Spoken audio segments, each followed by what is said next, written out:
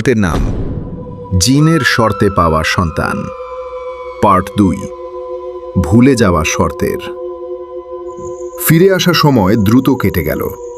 নুসরাতের ছেলে রায়হান আর আখির ছেলে সিয়াম এখন 8 থেকে 10 বছরের বড় হয়েছে। দুজনেই চঞ্চল, হাসি খুশি আর গ্রামের সবার প্রিয়। কিন্তু কিছুদিন ধরে অদ্ভুত ঘটনা শুরু হলো। রাতে ঘুমের মধ্যে রায়হান চিৎকার করে উঠত, মা, কালো মানুষটা জানালায় দাঁড়িয়ে আছে।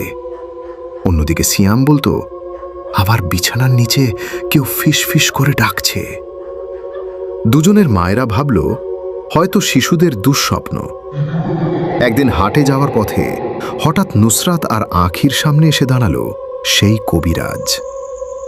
আগের চেয়ে আরো শুকনো, চোখ দুটো লাল। সে ধীরে বলল, তোরা কি শর্ত ভুলে গেছিস? নুসরাত রেগে গিয়ে বলল, তুই ভণ্ড, মানুষ ঠকাস। আখিও বলল, আর সামনে আসবি না। দুজনেই চলে গেল। কবিরাজ দাঁড়িয়ে দাঁড়িয়ে ভয়ঙ্কর হাসল।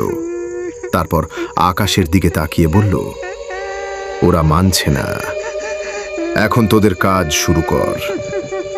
সেই রাত থেকেই ভয়াবহ ঘটনা শুরু হলো।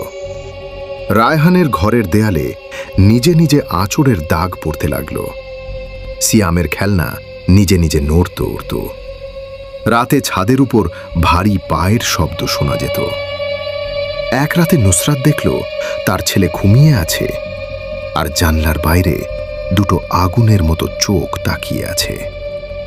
পরদিন সকালে সিয়ামের গলায় কালো হাতের দাগ পাওয়া গেল। গ্রামের মানুষ বলতে লাগল, ওদের ঘরে কিছু লেগেছে। কিন্তু তখনও তারা বুঝতে পারেনি 10 বছর আগের সেই শর্ত এখন ফেরত নিতে এসেছে।